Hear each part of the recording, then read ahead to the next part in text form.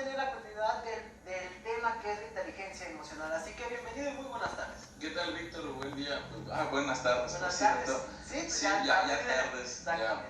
Pues sí, este tema, como la mayoría que abordamos, tienen como un espectro muy amplio, y este es muy funcional. Irónicamente, lo platicamos la vez pasada, que es muy importante, pero tiene como poco conocimiento, como poca funcionalidad o aplicabilidad en la sociedad, pero sí, muy bueno. Sí. Y bueno, acerca de este tema, nuevamente pues retomar a la gente que la semana pasada no estuvo al pendiente de esto, ¿qué es la inteligencia emocional? ¿Cómo se puede describir o significarlo concretamente? Pues básicamente podemos decir que la inteligencia emocional tiene que ver con saber reconocer primero nuestras emociones, porque muchas veces, por raro que nos parezca, las confundimos. En realidad intercambiamos una por otra y no estamos como muy claros. Nosotros pensamos que sí, pero la realidad es que no siempre es así. Entonces, parte de ser inteligente a nivel emocional tiene que ver con reconocer efectivamente las emociones y luego entender cómo funcionan y finalmente generar una gestión, una regulación de las mismas para provocar un resultado que nosotros queremos o que nos favorezca en cualquier situación. Exactamente. Y la inteligencia emocional, si una persona no la maneja correctamente, ¿puede tener problemas de personalidad? Pues no sé si de personalidad sería la palabra correcta. Creo que podemos decir problemas en general, porque digamos que la personalidad ya implicaría los problemas de una mala gestión emocional. Es decir, la gente que tiende a la depresión, que es como más apagada, o le llamamos aplanamiento afectivo, como que no tiene muchos picos, ¿sabes? Ni se emociona mucho, pero tampoco es como muy, y eso es de personalidad. Eso también generaría problemas en la vida por una mala gestión emocional. Exacto. Pero la gente que también está como muy arriba, muy intensa, en el enojo, e incluso en la alegría, que es muy positivo, muy eufórico todo el tiempo, esos picos no tendrían que mantenerse todo el tiempo. Entonces, sí, creo que una mala gestión o una falta de inteligencia emocional podría generarnos problemas en la vida diaria, e incluso hay personalidades que ya tienden a eso. Exactamente. Y si ponemos esta situación, por ahí he escuchado muchísimo, no sé si sea cierto, que se han escuchado de decir personas que quieren que piensen igual como esas personas. ¿Crees que ese caso tiene pues un bajo nivel de inteligencia emocional, o cómo se puede describir esta situación? Ok, bueno, ese en general es algo muy presente, prácticamente en mayor o menor medida. Todas las personas caemos como en esta conducta donde yo quiero convencerte de qué es la emoción o la inteligencia emocional. Entonces es un intento de que tú pienses como yo, o que la gente que nos ve piense lo que yo. Pero ese es un error en el sentido de que nadie va a pensar como otra persona, nadie. Podemos compartir ideas, podemos compartir algunos gustos, pero incluso si tú y yo compartimos un gusto, por decirlo, en alguna comida o en algún lugar o por una persona, ese gusto no va a ser exactamente igual. Es decir, a ti te pueden gustar las enchiladas potosinas y a mí también, pero a ti como, no, es que son enchiladas, pues están buenas, pero, o sea, sí me gustan, pero no es mi hit. Entonces, compartimos un gusto, pero no en la misma intensidad o proporción. Entonces, lo mismo pasa con las ideas, con las opiniones. A lo mejor tú opinas que esta persona es muy guapa, y yo diría, pues no se ve mal, sí, pero no es muy guapa. Entonces, a nivel emocional, el problema sería cuando tú no piensas como yo, ¿cuál es mi respuesta emocional? Y aquí entraría la inteligencia emocional. La gente que se enoja porque tú no compartes mi idea, o las personas que se deprimen porque tú me haces sentir mal o menos o feo o lo que sea, este impacto emocional sería todo lo que tendría que ver con esto de la inteligencia emocional. Si yo me afecto, ¿qué tanto me afecto? Para bien y para mal. Y eso tiene que ver con toda la interacción. Lo vemos, por ejemplo, en los políticos, ¿no? Lo vemos con la situación que está viviendo de quédate en casa o no, está pasando o no, existe o no. Entonces, la gente trata de convencer a los demás de su propia versión, pero el problema emocional sería, ¿cuál es la respuesta cuando yo no pienso como tú? Exacto. Y ahí entra la inteligencia emocional. Sí, y si hablamos de este caso, más bien, ponemos un caso, si una persona pues siempre se la pasa enojada con su misma persona, enojada con la gente, ¿eso crees que es una falta también de pues, inteligencia emocional? No sabe conocerla, pues eso sí, pues muy perfectamente, o bien también es problema de autoestima. ¡Wow! ¡Qué buena pregunta! Bien, la primera sería completamente así. Una persona que está, te decía, enojo, es como un pico emocional. Digamos que tenemos una plana, te enojas, o luego te entristeces, no tienes ganas, luego te vuelves a motivar. Entonces, normalmente deberíamos de jugar con estos picos. Alguien que tiene un pico en la emoción que tú quieras, como de enojo, y se mantiene enojado, y va bajando y otra vez se enoja, como muy irritable, como con mecha corta, dicen algunos. Eso sería, por supuesto, una mala gestión emocional. Te tengo un dato, no es el tema específico de la emoción, en particular el enojo, pero una idea falsa que se tiene del enojo es que las personas no tenemos control sobre nuestro enojo. Pareciera, y una parte es verdad, que el enojo es natural, es una emoción, es parte de nosotros como seres vivos, como animales emocionales, como mamíferos, tenemos emociones y el enojo es uno de ellos. Pero el por qué me enojo o el qué tanto me enojo no es lo natural. Esta va a ser la diferencia entre tú y yo. Si ahorita se cayera, que no se va a caer la caja del agua, pero si se cayera la caja del agua, piensa cuánto me molestaría a mí, cuánto te molestaría a ti, cuánto al dueño, a la empresa, no sé.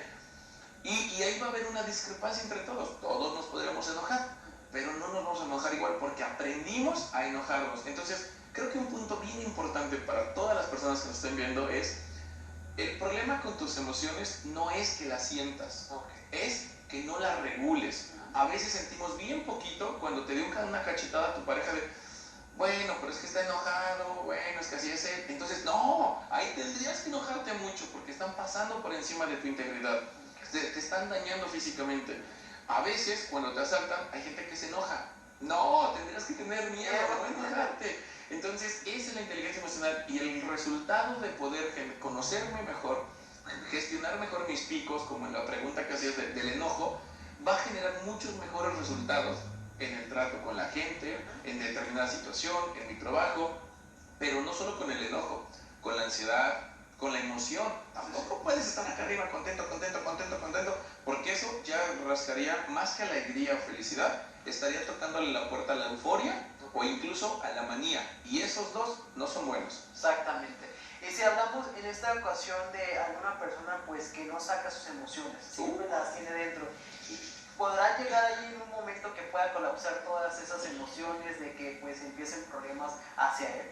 Por supuesto, eso es de lo más presente, ahorita que lo voy a comentar, porque la sociedad y en la cultura en sí nos educan mucho, le cargan un poquito más al hombre, pero en general nos educan a no llores, no te enojes, no estés triste, ¿sabes? Todo el tiempo desde niño nos lo dicen, como no sientas enojo, no sientas tristeza, y ese es un problema, porque primera, sí sentimos, no hay para dónde hacerse, sentimos.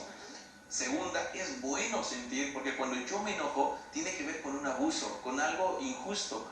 Y entonces este enojo me va a empujar, me va a llevar a actuar, a poner un alto a la injusticia, en medida que yo pueda. Por ejemplo, en un asalto que también es injusto, no me debería de enojar porque es algo que tú seas más fuerte que el cuchillo o más rápido que una bala, no deberías activarte para tratar de frenar eso. Lo sano sería tener miedo, que te paralice, y entonces entregas y salvas la vida. Entonces, sí, alguien que no expresa sus emociones por personalidad, por cultura, por educación o por experiencia incluso, porque a lo mejor un día tú expresaste tus emociones y te dañaron. Tuviste confianza, expresaste miedo, alguna vulnerabilidad, y hubo alguien que se aprovechó de esto y entonces te hizo más daño. Y es ahí donde tendríamos que, o algunas personas tienden a cerrarse, como no, entonces no confío, entonces no me enamoro, entonces, ¿sabes? No le voy a decir a nadie. Y este problemita, cuando tú pareciera que te amurallas, ¿no? Cuando tú cierras, generas una muralla para detener esto, el problema es que te estás encerrando con esto que es muy explosivo. El enojo, la tristeza, y entonces el enojo se puede ir a un problema de ira, de irritabilidad. La tristeza se puede ir a una depresión. El miedo se puede ir a una ansiedad, a un ataque de pánico. La alegría también se puede ir a un ataque de euforia o una manía. El Guasón es uno de los mejores ejemplos. Ese no está feliz, ese está maníaco. Entonces, no está padre. Y un punto importante con esta pregunta es, la vida tiene movimiento, cambios, caos, situaciones. Apenas alguien me platicaba, es que ahora mi negocio voy a cambiar y qué difícil la rutina. Yo traía mi forma, mi ritmo, y ahora la vida es cambio todo el tiempo, tu cuerpo, tu vida, la gente, las personas, tu relación, tu casa se le va a descomponer algo, todo el tiempo va a cambiar, tarde o temprano. Nuestra capacidad más importante para sobrevivir es la adaptabilidad, exacto. Es una habilidad de adaptarte, básicamente. Y esto tendremos que aplicarlo con todo. Mis emociones me ayudarían muchísimo. El problema es que una forma también natural de la mente es que no le gustan los cambios. Y entonces la mente encuentra patrones, encuentra secuencias, empieza a generar conexiones en cosas que no la tienen para generar un patrón y entonces decir, esto es así. Entonces tú me caíste bien, no, Víctor es bien lindo, es genial, ¿no? Y mañana a lo mejor Víctor por alguna razón me robó, me golpeó, no, bueno, a lo mejor algo está pasando porque Víctor es genial, no, Víctor es bueno. Y a lo mejor eras bueno hace 2 años, hoy tal vez ya no lo eres, hoy cambiaste algo en tu vida, algo en tu situación. Lo vemos en películas, ¿no? Cuando los sobornan o los amenazan y tienen que hacer daño. Bueno, al final del día la gente cambia, las personas todo el tiempo. Y el problema es que cuando tú mantienes un estándar, las cosas siguen cambiando y tu idea ya no es muy realista. Y entonces piensa que si tu manual de la televisión no está actualizado, no creo que le funcione. El manual de la tele de hace 10 años no nos funciona para las teles de hoy. No, y es ahí donde van a entrar los problemas. Sí, sí. Y si hablamos esta situación, que es algo que pasa muchísimo, al qué dirán. Esta situación, al qué dirán. Sabemos que es algo que se toca muchísimo. Okay. ¿Qué dirán de mí? ¿Qué dirán de todo esto que pasa? ¿Crees que eso también sea algo referente a la inteligencia emocional?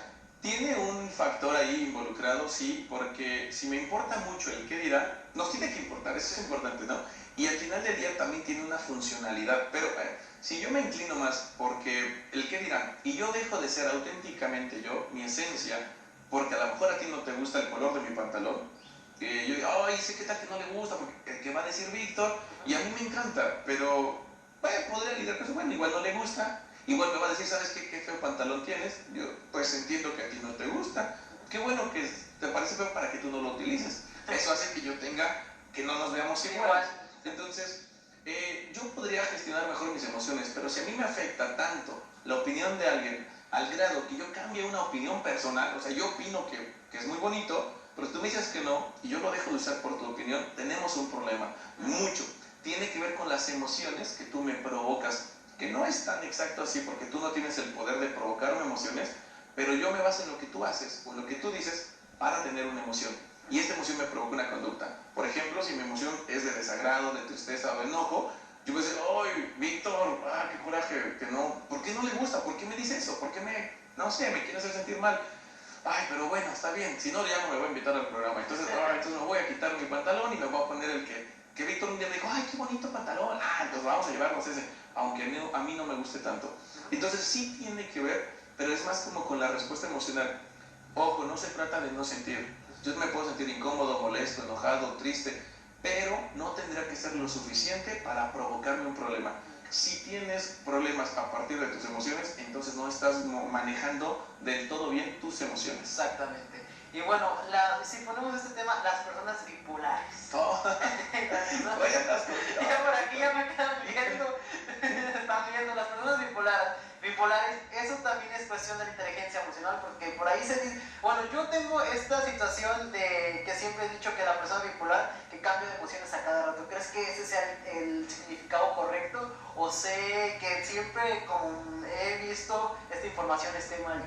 No es que estás mal, probablemente, es mucho de lo que sé. Si yo dijera que tú estás mal, tendremos que decir que el 90% de la población está mal. Porque la gran mayoría de personas piensa eso, o sea, es que eres muy bipolar, ¿no? De hecho, en la página de Facebook tengo un video, exactamente, me pidieron ese tema después de un taller de la bipolaridad. Y lo explico como bastante breve, en 5 o 6 minutitos, pero ahí te va. La bipolaridad lo podemos entender en 2 planos. Lo que es un aspecto clínico, un trastorno, que está en el área de las afecciones del estado de ánimo, donde entra la depresión, la distimia, la ciclotimia y un montón de cosas. Y tenemos la bipolaridad como la entiende el 90% de las personas. Que yo diría más bien que eres de carácter voluble, ¿no? Y no tienes un trastorno de bipolaridad, no tienes una personalidad, no. El problema aquí a nivel clínico, la gente cuando tiene estos cambios, sí, tienes razón, se va de aquí hasta acá, como muy fácil, pero lo mantiene durante un tiempo. Puede durar 2 meses, por ejemplo, en depresión profunda, con un trastorno depresivo mayor, y mañana, de repente, no, ¿sabes qué? No, la vida es genial, vamos a hacer algo, ¿para qué nos tiramos? Y entonces se me fue hasta acá, pero tienes que darte cuenta que cuando decide esto, va a vender su carro, va a vender la casa y va a decir, vamos a apostarlo todo al rojo verde y mañana somos ricos. Dices, espérame. O sea, sí está generando cosas extremas. Un trastorno de bipolaridad se va así, ¿eh? O alguien cuando estaba súper bien, pareciera que era perfecta su vida y mañana se quiere suicidar. Dices, oh, y tuvo un intento suicida, ¿sabes? O sea, se brincó al otro lado de la barda, pero así. y puede durar meses. Entonces, no son cambios emocionales que tenemos ahorita, porque todos lo tenemos. Tú ibas contento y de repente alguien se te mete en el carro, entonces te enojas y trabajas, pero hay algo que lo detona, hay algo que lo provoca. Tiene más que ver con temperamento, carácter y personalidad.